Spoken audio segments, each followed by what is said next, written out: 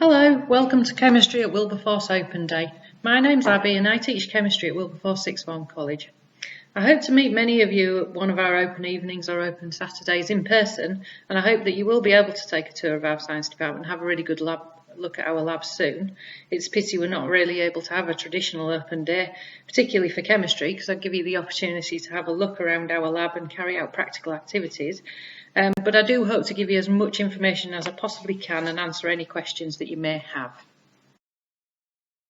So, A-level chemistry. Well, in A-level chemistry we follow the OCRA specification in chemistry, which is the most widely studied A-level chemistry course in the UK. So around 70,000 students take A-level chemistry each year, and around 50,000 of those take OCRA, which means that it's a really well-resourced course. Okay, there's lots of support available to you, such as websites and YouTube videos that cover all topics on the syllabus and are content specific.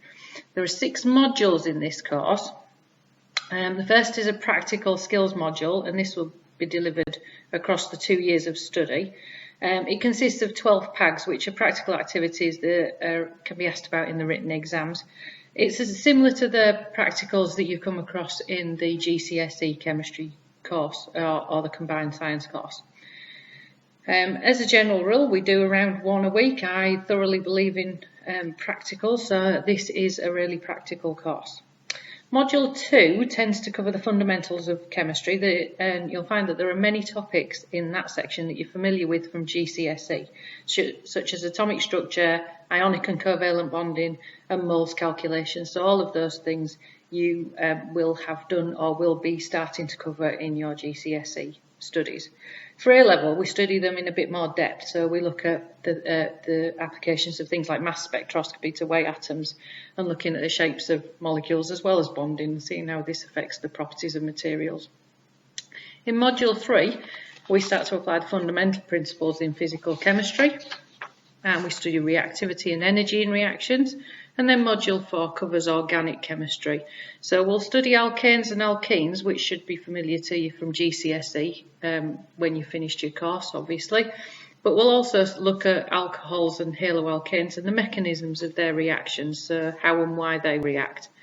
We'll also look at chemical aspects of climate change here and how the stability of the ozone layer might be influenced by materials we use. And then modules 5 and 6 in year 2 involve further applications of those principles in organic, physical and organic chemistry. So reasons to take this course then? Well, it's really favourably looked upon by universities and employers. It's what we call a facilitating subject, and that means that it's when you have it on your CV, it looks really good to anybody that might be looking to work with you. We get really good results.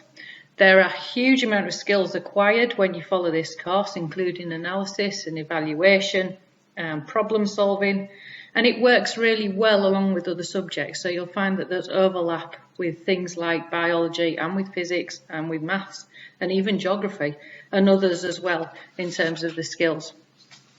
Psychology and forensics, there is quite a lot of overlap with those as well. The required grades for this subject, so we ask for GCSE Chemistry Grade 5 if you happen to be doing the triple science, or Combined Science Grade 5s. Okay, so that should say 5 in the Combined Science grades, and we ask for a GCSE Maths Grade 5. Now the reason for that is because 20% of the exam is maths, and of that maths it's A-level standard maths, so we do need your maths to be of quite a high standard before you come in order to access those parts of the course. Obviously if the exams are in the 20% maths, then we need you to be able to access that 20% of the course. This course is a must if you want to follow a career in, say, medicine, definitely, dentistry, veterinary medicine, chemical engineering, chemistry, biochemistry. Pharmacy is one that people don't often think of, and anything in the pharmaceuticals industry. Chemistry is a really good course to have. As I said before, it is a facilitating subject, so it is looked upon favourably by employers, but particularly those courses if you wish to pursue a career in any of those things. The sorts of facilities and trips and visits that we offer, these are a list of our most popular ones. Okay, so Chemistry and Action Days involve all of the A-level chemists attending university for a day, and we go and hear really interesting, fascinating, interactive talks from engaging scientists all about things such as how to make a new element, how to make water do strange things, and new smart materials. Medical Mavericks is a team that comes to college when it can, in non-COVID times, armed with several pieces of medical equipment so that students can practice for themselves, such as scanning your hand, taking your own ECG, practicing surgery, and even taking blood from an arm. Of course, that's a fake one.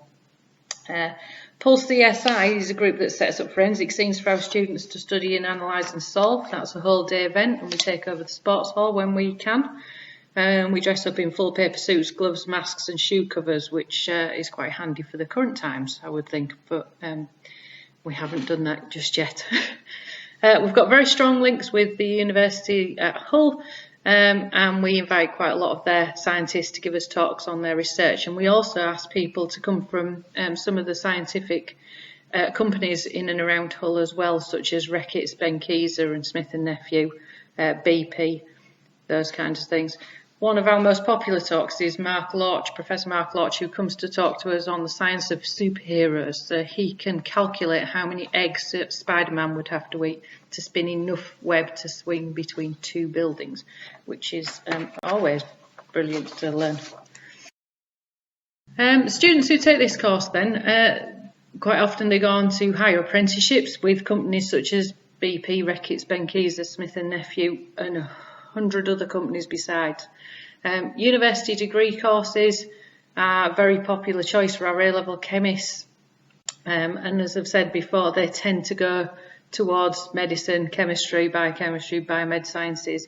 Quite a lot of them go for engineering.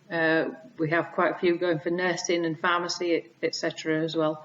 And some people, once they've decided they've left college, they don't want to go to university or get an apprenticeship, they tend to go into jobs in the NHS, education, become lab technicians, that kind of thing. So there is a huge range of things that you can do with A-level chemistry. If you want to know more, then you can go to our website and click on the courses tab at the top. You can also follow us on Twitter at WLForce_science. That's WLForce_science.